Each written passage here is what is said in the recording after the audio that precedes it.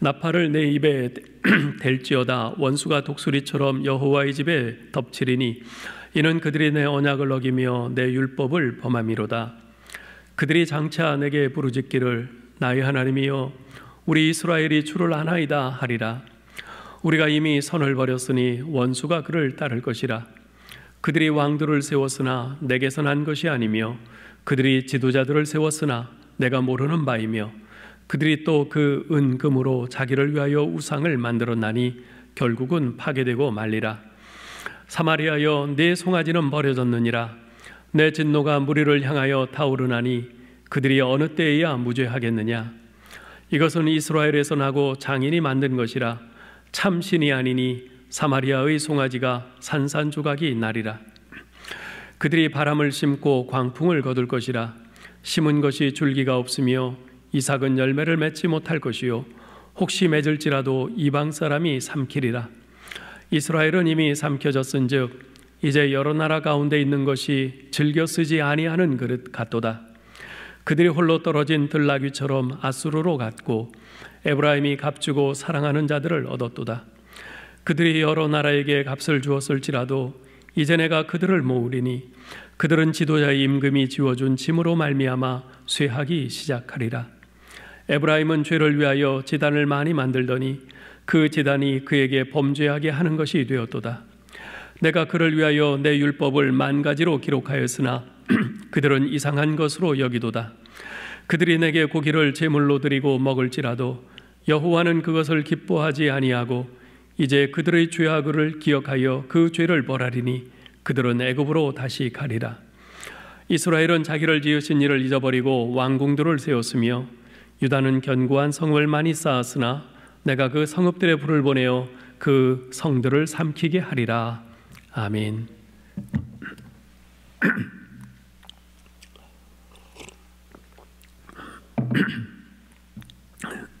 오늘은 그들의 우상, 나의 우상이라는 제목으로 말씀을 전하겠습니다.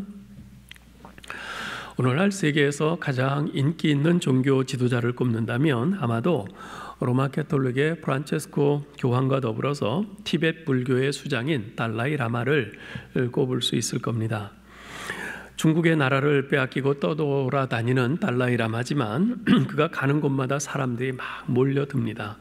지난 1989년에는 노벨 평화상까지 받았죠. 오래전 달라이 라마가 스위스 제네바에 가서 설법을 한 적이 있습니다. 그가 설법한 장소는요, 아이러니하게도 470년 전 위대한 종교 개혁자였던 존 칼빈이 설교하던 바로 그 교회였습니다. 그날 약 2,000명을 수용할 수 있는 그 예배당의 모든 좌석은 입추의 여지가 없이 꽉 들어찼습니다.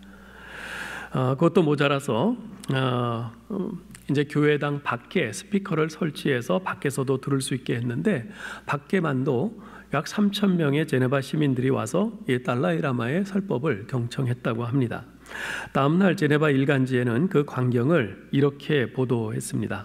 457년 전 존 칼빈이 설교할 때도 이렇게 많은 군중은 몰려들지 않았다.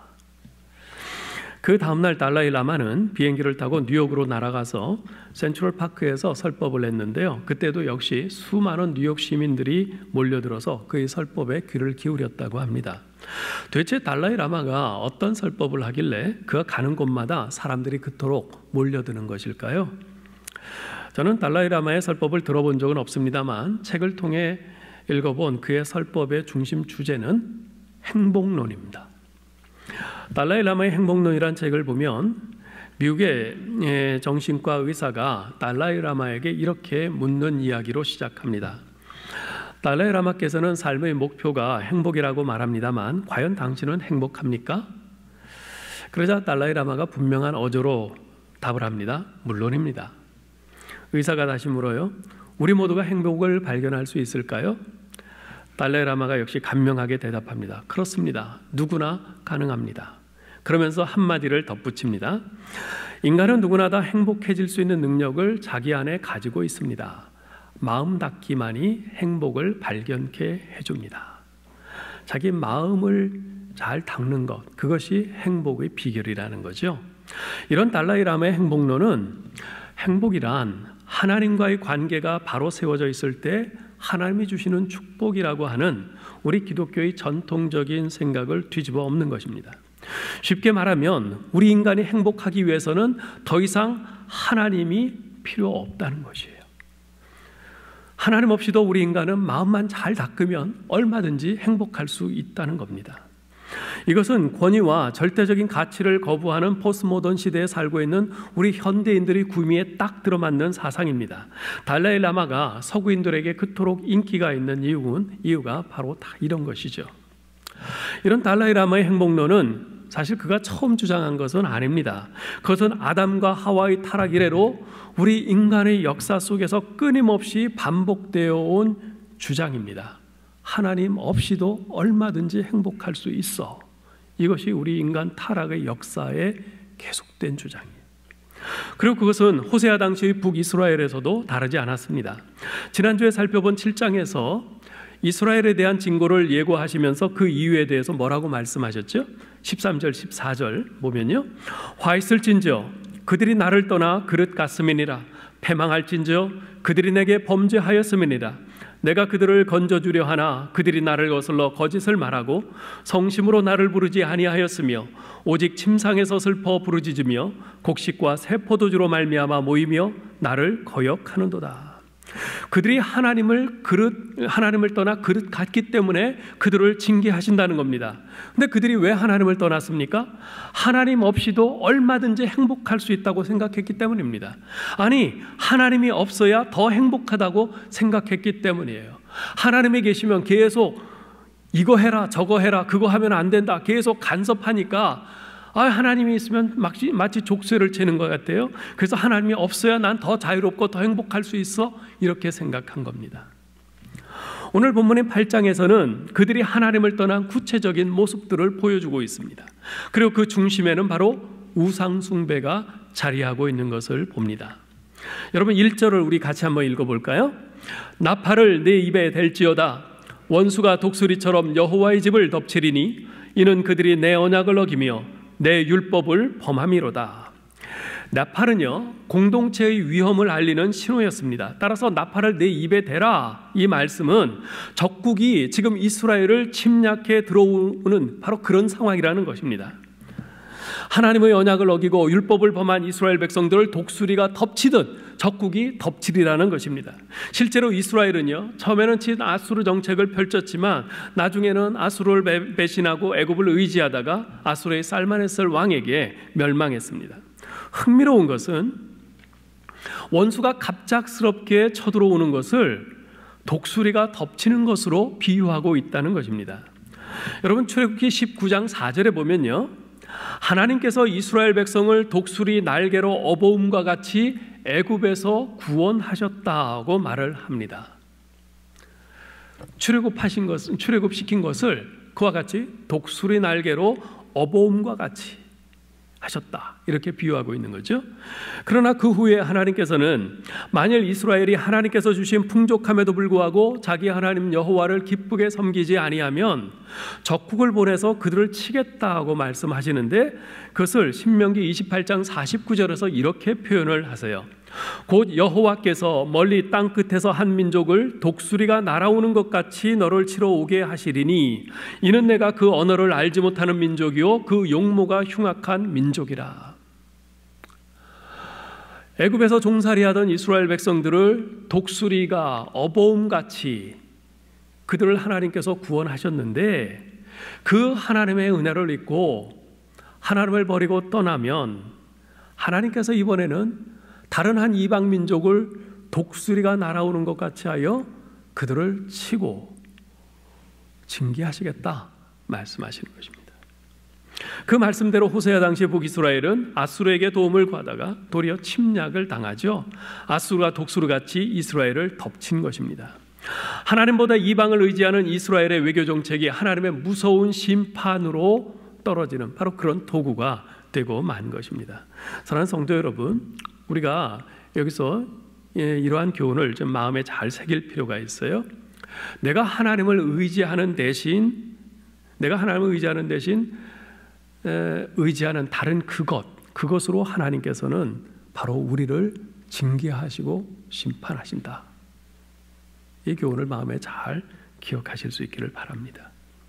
자, 그런데 바로 그 심판의 날에 그들이 뭐라고 부르짖는가 한번 보세요. 2절 같이 읽을까요? 그들이 장차 내게 부르짖기를 나의 하나님이여 우리 이스라엘이 주를 아나이다 하리라. 무슨 말입니까? 나의 하나님이여 우리 이스라엘은 주님을 섬기는 주님의 백성 아닙니까? 그런데 왜 이런 고난을 당하게 하십니까? 이 말이에요. 우리는 하나님을 잘 아는 하나님의 백성 아닙니까? 근데 왜 우리가 이런 고난을 당해야 돼요? 항변하는 거죠. 예수님께서 산상수훈을 말씀하시면서 마태복음 7장 21절로 23절에 보면 그 부분에서 이런 말씀을 하세요. 나더러 주여 주여 하는 자마다 다 천국에 들어갈 것이 아니요 다만 하늘에 계신 내 아버지의 뜻대로 행하는 자라야 들어가리라. 그날에 많은 사람이 나더러 이르되 주여 주여 우리가 주의 이름으로 선지자 노릇하며 주의 이름으로 귀신을 쫓아내며 주의 이름으로 많은 권능을 행하지 아니하였나이까 하리니 그때 내가 그들에게 밝히 말하되 내가 너희를 도무지 알지 못하니 불법을 행하는 자들아 내게서 떠나가라 하리라. 하나님의 이름을 부릅니다. 주여 주여. 우리 하나님의 이름으로 선지자 노릇을 해요. 또 주의 이름으로 많은 권능을 행합니다. 귀신을 쫓아내요. 누가 봐도 하나님을 잘 아는 백성이라고 하겠죠. 근데 정작 주님께서 뭐라고 그러세요? 나는 너를 모르겠다. 불법을 행하는 자여 내게서 떠나가라 말씀하세요. 주님의 이 말씀에 이스라엘 백성들의 모습이 오버랩됩니다. 왜일까요? 주님께서 꼭 그들을 두고 하신 말씀 같아요. 하나님께서는 과거 이스라엘 백성들의 상태에 대해서 이사야 선지자를 통해서 이사야서 29장 13절에서 이렇게 말씀하신 바 있습니다. 같이 읽어볼까요? 이 백성이 입으로는 나를 가까이하며 입술로는 나를 공경하나 그들의 마음은 내게서 멀리 떠났나니. 그랬습니다. 이스라엘은 입술로는 하나님을 공경하고 섬긴다고 했어요. 그렇지만 그 마음은 하나님에게서 떠났어요. 하나님에게서 멀었어요. 그들의 회개는 마음의 변화에서 비롯된 참된 부르짖음이 아니라 당장의 고통에서 벗어나기 위한 임시방편의 부르짖음에 불과했습니다. 우리가 그것을 3절 4절에서 구체적으로 볼 수 있습니다. 3절 4절 같이 읽습니다. 이스라엘이 이미 선을 버렸으니 원수가 그를 따를 것이라. 그들이 왕들을 세웠으나 내게서 난 것이 아니며 그들이 지도자들을 세웠으나 내가 모르는 바이며 그들이 또 그 은금으로 자기를 위하여 우상을 만들었나니 결국은 파괴되고 말리라. 여기서 이스라엘이 이미 선을 버렸다, 이 말은 그들이 선행을 하지 않았다는 말이 아닙니다. 선하신 하나님을 버렸다는 말이에요. 선 그 자체이신 하나님께 등 돌렸다는 말입니다. 그 구체적인 증거가 무엇입니까? 그들은 왕이나 지도자를 세우는 그 중요한 일을 하면서 하나님의 승인 없이 자기들 마음대로 했어요. 자기들 마음에 들지 않으면 쿠데타를 일으켜서 왕을 바꾸고 자기 입맛에 맞는 지도자들을 세우고 한 거죠. 그러나 그보다 훨씬 더 심각한 것은 은과 금으로 우상을 만들어 섬긴 것입니다. 그들은 나의 하나님이여 우리 이스라엘이 주를 아나이다 부르짖으며 항변했지만 천만에 그들은 주님을 전혀 알지 못했습니다. 우상을 그렇게 싫어하시는 우리 하나님을 전혀 알지 못했던 것입니다. 그렇게 그들은 은금으로 우상을 만들어 섬기다가 하나님의 진노를 촉발한 것이죠. 특별히 하나님께서는 이스라엘이 만들어 섬겼던 금송아지 우상을 파괴해 버리시겠다고 선언하십니다. 5절 6절을 같이 읽죠. 사마리아여 네 송아지는 버려졌느니라. 내 진노가 무리를 향하여 타오르나니 그들이 어느 때에야 무죄하겠느냐. 이것은 이스라엘에서 나고 장인이 만든 것이라. 참신이 아니니 사마리아의 송아지가 산산조각이 나리라. 솔로몬 이후에 이스라엘이 남과 북으로 나뉘어졌을 때 북이스라엘을 세운 여로보암은 자기 백성들이 남쪽 유다의 예루살렘 성전으로 여호와 하나님을 예배하러 가지 못하도록 하기 위해서 베델과 단의 산당을 세웁니다. 그리고 그 안에 금송아지를 만들어 두고선 이것이 너희를 애굽에서 인도하여 낸 신이다 라고 공포를 합니다. 또 여로보암은 비레위인 계통의 그 사이비 제사장들을 세워서 산당에서 금송아지를 섬기게 했죠.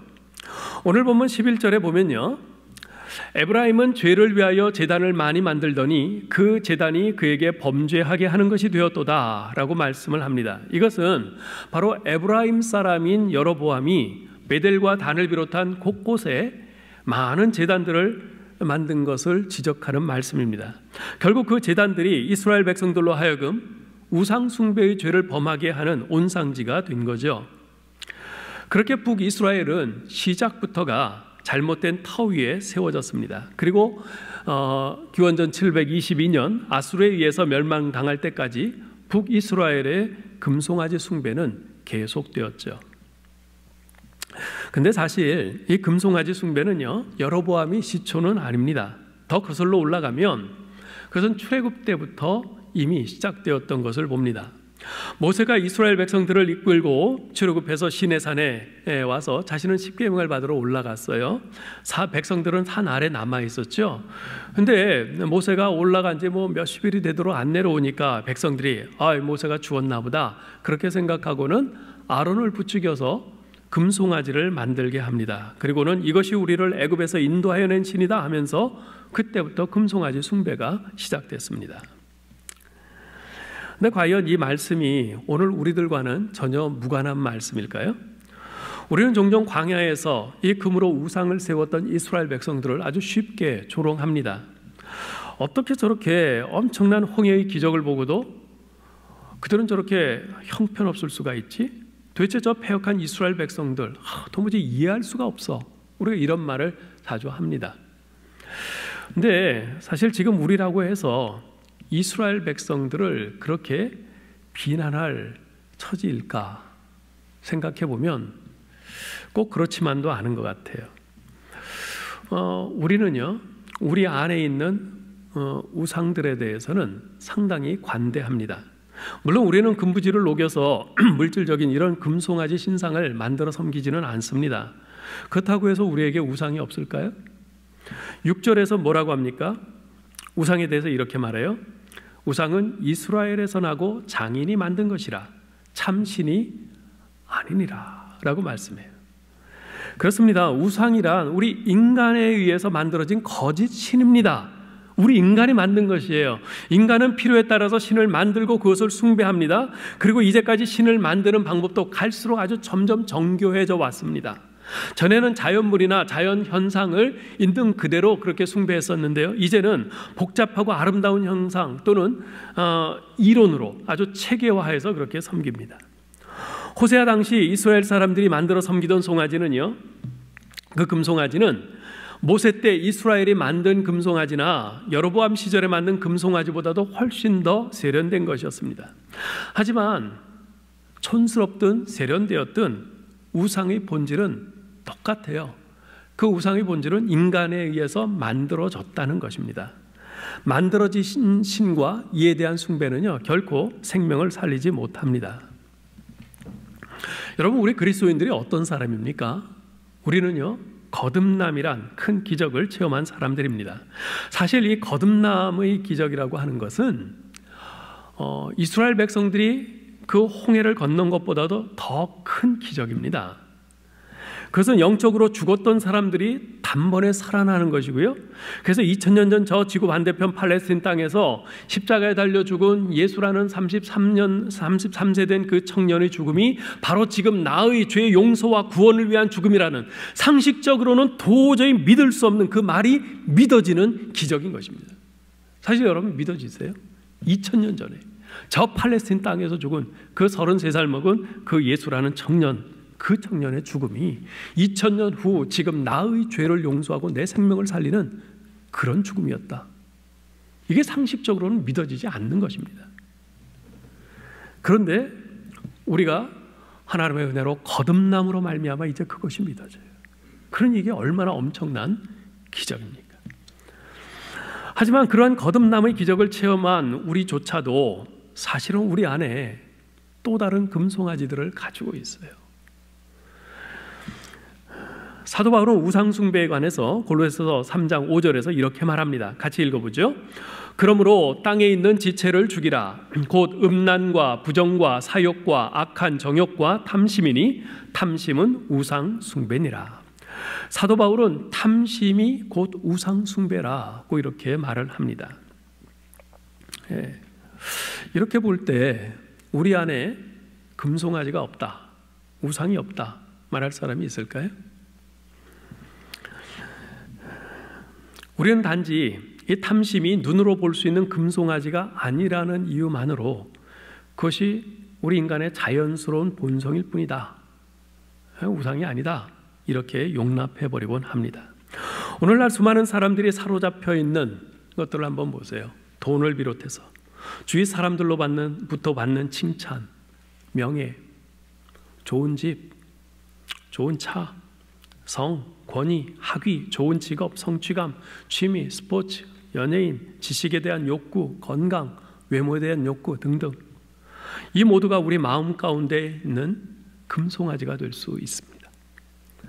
우리는 아마도 각자 마음속에 서로 다른 금송아지들을 한두 개쯤은 가지고 있을지도 모르겠어요.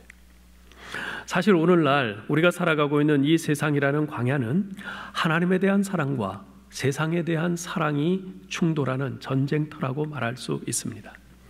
이 세상이라는 광야는 연단의 장소이자 믿음의 시험터입니다. 이곳은 세상을 신뢰하지 않고 하나님만을 신뢰하는 법을 배우는 학교와도 같습니다. 많은 사람들이 죄사함을 받고 거듭난 것만으로 이미 가나안 땅에 안착했다, 다 됐다, 이렇게 착각하곤 합니다. 우리가 매일매일 세상을 지극히 사랑하고 있음에도 불구하고 오직 그리스도의 의를 힘입어서 우리는 이미 가나안 땅에 안착했고 이미 우리는 끝났어, 이렇게 착각합니다. 저는 제 안에 이런저런 우상들이 아직 곳곳에 자리 잡고 있는 것을 느낍니다. 작은 새끼 금송아지부터 해서 몇 개의 큰 금송아지도 제 안에 들어있는 것을 느낍니다. 옛 자아의 욕심을 따라서 금송아지를 따를 것이냐, 하나님을 더 사랑해서 주님의 명령에 순종할 것이냐 하는 이 싸움이 계속 제게 있습니다.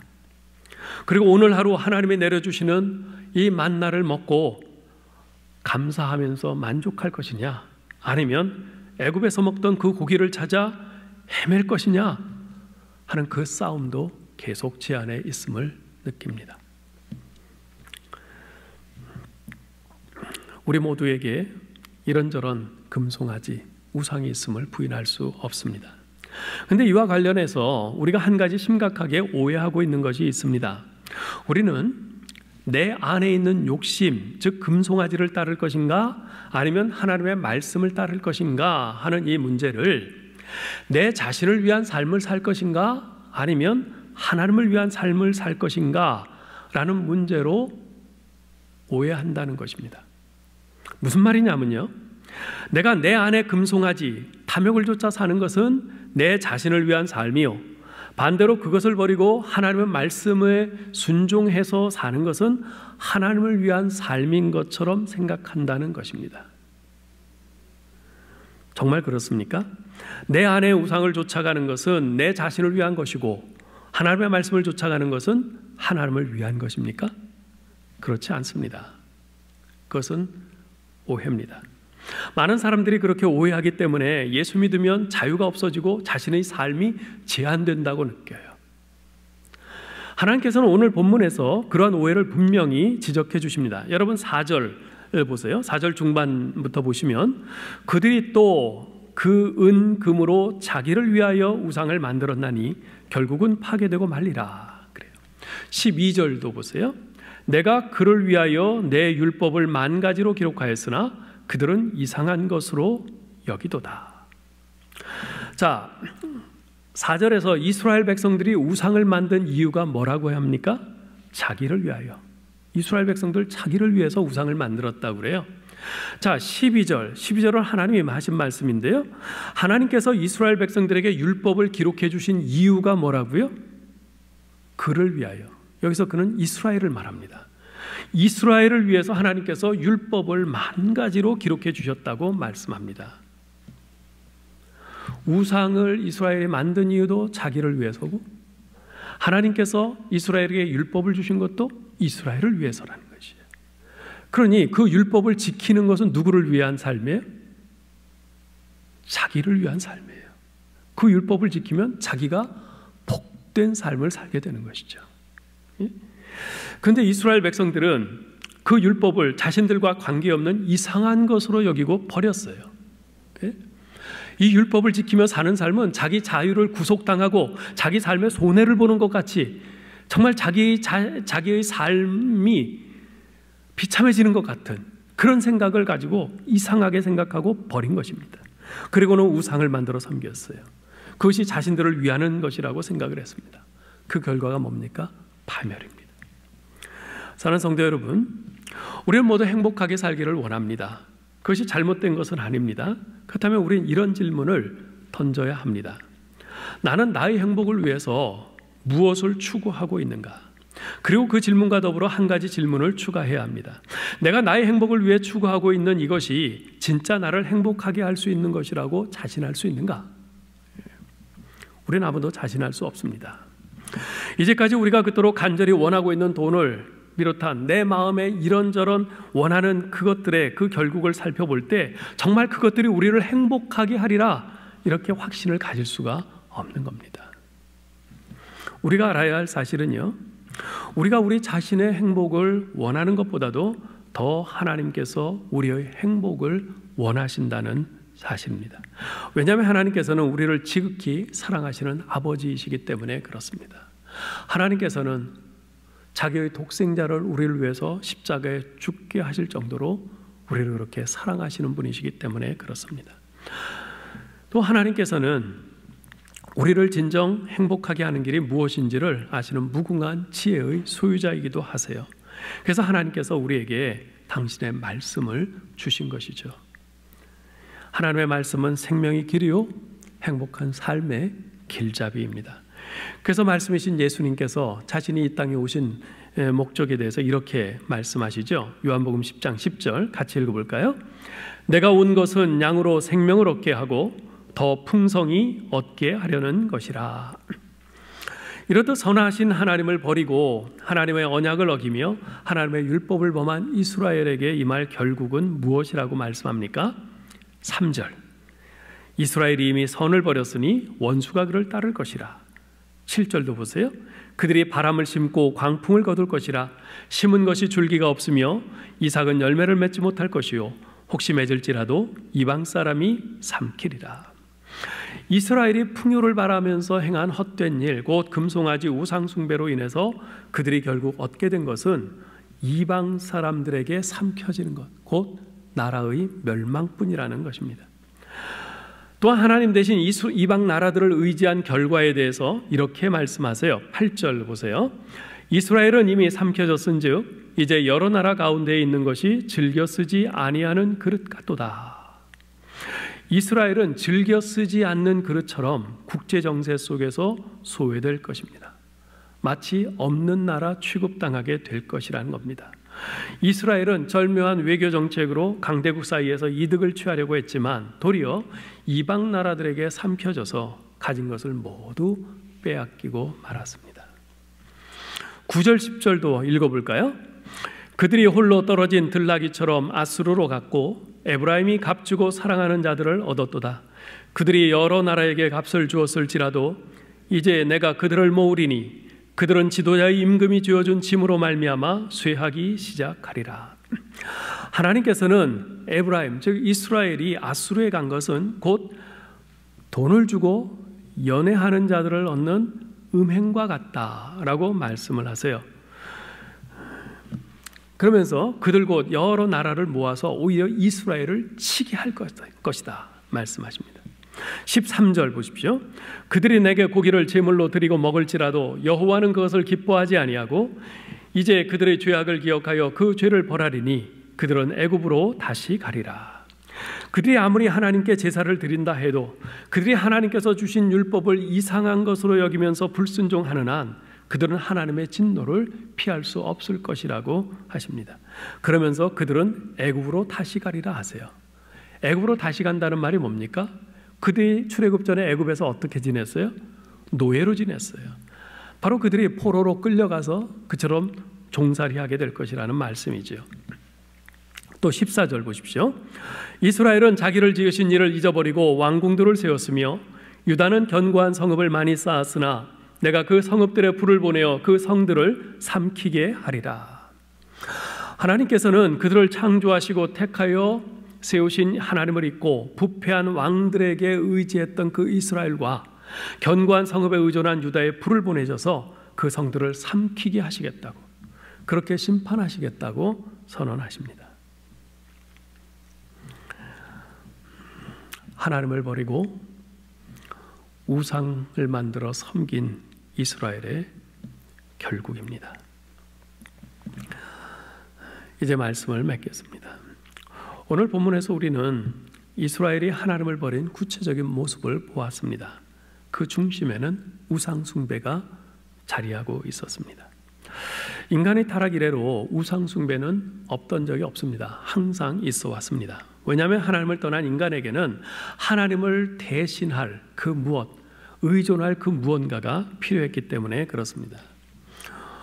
우리에게도 아까 우리가 잠시 생각해 보았지만 여전히 이런저런 크고 작은 우상들이 있습니다. 문제는 이런 우상을 어떻게 극복할 것인가 하는 것입니다.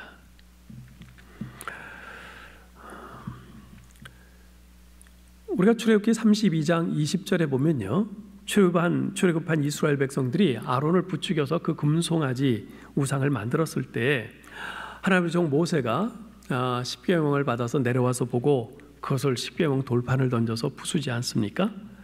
그 다음에 모세가 어떻게 했냐면요, 그 금송아지를 불살라 부수고 가루로 만들어서 물에 뿌리고 백성들에게 전부 그걸 마시게 했어요. 모세는 그 아까운 금, 이거 아까운 금 녹여서 다른 단장품을 만들지 않았어요. 그걸 철저히 불태우고 불살라 부수어서 그것을 마시게 했어요. 금송아지를 부수어 배설물이 되게 한 겁니다. 마셨으면 나오잖아요. 배설물이 되게 한 거지. 여러분, 우리가 이 우상들을, 우리 안에 있는 이 우상들을 극복할 수 있기 위해서 무엇보다도 먼저 우리가 의식의 전환이 필요합니다. 왜 우리가 그렇게 우상에 사로잡힙니까? 그것이 나를 부욕해 할 것 같아서, 나를 행복하게 할 것 같아서, 나를 더 높은 곳으로 데려다 줄 것 같아서 우리가 그것에 사로잡힙니다. 굉장히 매력적으로 보이죠. 그럴 때 우리가 먼저 내 안에 있는 그 우상들, 그 탐심들을 보면서 먼저 의식의 전환을 가져야 됩니다. 이것은 배설물이다. 모세가 그 금송아지 그걸 부숴서, 부서졌어도 금이죠. 그걸 타서 마셨어요? 마셔서 뒤로 나왔어요? 금이 섞여 있어도 그건 배설물이에요. 예? 멋지게 보이지만, 매력적으로 보이지만 그건 똥이에요. 아무리 나를 매력적으로 보이면서 나를 유혹하는 그 내 안에 있는 그 모든 종류의 탐심들, 그 금송아지들, 이것은 배설물에 불과하다. 이 의식의 전환이 필요합니다. 자, 그런데 문제는 시대가 바뀌면서 이 우상의 형태도 바뀌었다는 것이에요.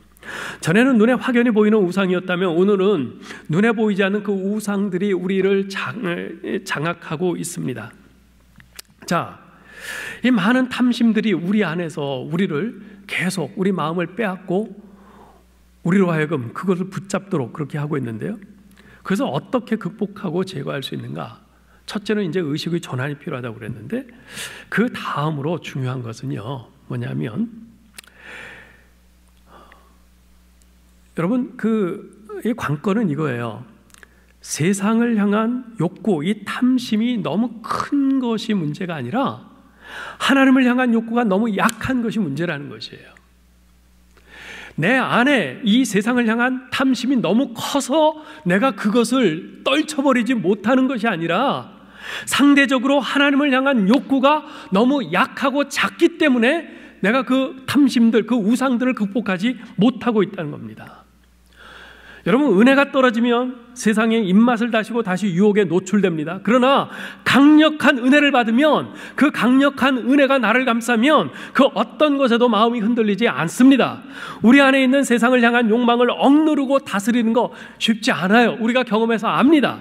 그래서 마치 스프링과도 같아서 내가 억누르면 억누를수록 더 튀어오릅니다. 그러한 욕망을 다스릴 수 있는 유일한 방법은 하나님을 향한 욕구를 키우는 겁니다. 하나님을 향한 욕구가 그 세상을 향한 탐심보다 더 커지게 하는 겁니다. 하나님께 집중하는 겁니다. 리처드 포스터라는 사람은 그것을 하나님께 탐닉하는 것, 하나님께 중독되는 것이라는 말로 표현했습니다. 여러분, 우상숭배란 뭡니까? 하나님 이외의 것을 탐닉하는 것이에요. 하나님 이외의 것에 중독된 상태가 바로 우상숭배입니다.